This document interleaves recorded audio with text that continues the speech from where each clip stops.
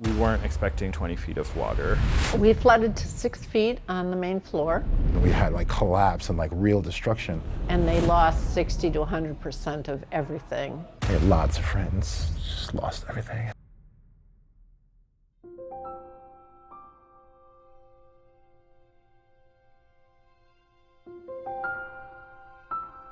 My name's Ed Graves, and I'm a farmer with Tiny Bridge Farm in Hendersonville, North Carolina. We started market gardening in 2010, and then we relaunched the business in 2019 as a CSA farm, or community supported agriculture, where people pay for a subscription ahead of time in the winter or spring, and then they get a box of vegetables every week that they'll either pick up on the farm or at the farmers markets that we go to. And we do 3 farmers markets a week, and we also grow for wholesale accounts, whether that's like food pantries or chefs or restaurants. We grow thousands of pounds of produce over 7 or 8 months out of the year, and we harvest all of that and we feed our community. We were always kind of planning on the possibility that we would get a hurricane, but we weren't expecting 20 feet of water. And we weren't expecting the kind of losses where we lost our greenhouses, and that affected our cash flow for the whole year ahead.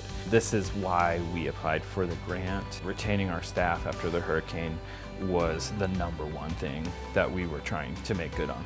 We were able to apply the grant funds to our input costs, or our startup costs, what it costs to just before you even put a seed in the ground. Things like compost and soil, but then the big one is replace the infrastructure that we lost, which was greenhouse tunnels that help us with what's called season extension. The stages of grief, there are definitely stages of recovery.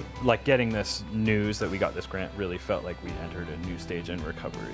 I am Julie Bell. I am an artist and a co-owner of Trackside Studios in the River Arts District in Asheville, North Carolina.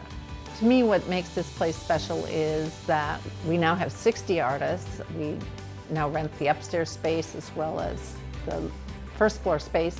Everyone gets the sense that we all belong. We're in this together. We're here to support one another. So a lot of people call it the Trackside family. In the summer of 2023, we expanded our space, totally remodeled, and then in September we flooded.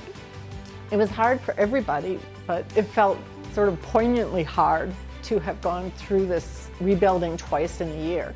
My co-owner Michael and I had actually put the last of our liquid cash into that first remodel.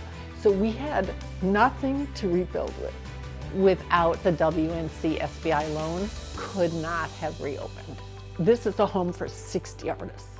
That's 60 independent businesses.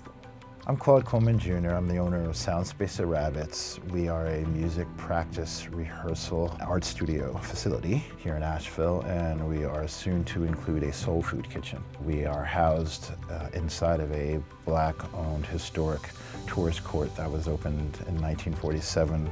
The idea and the nature of our business is sort of niche.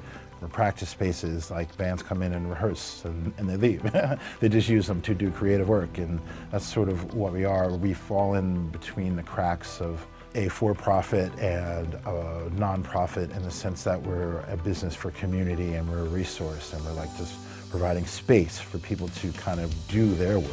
It rained for 3 days straight, 72 hours of this deluge into the grounds here, and it just oversaturated the earth. The destruction just followed in this really slow motion sort of fashion. For us, the damage that we took on our building, it happened 3 or 4 days after Helene had come and gone. Appalachian Community Capital was one of the first groups that came, and they were just so easy to deal with and amazing. It was really a dream come true and a godsend.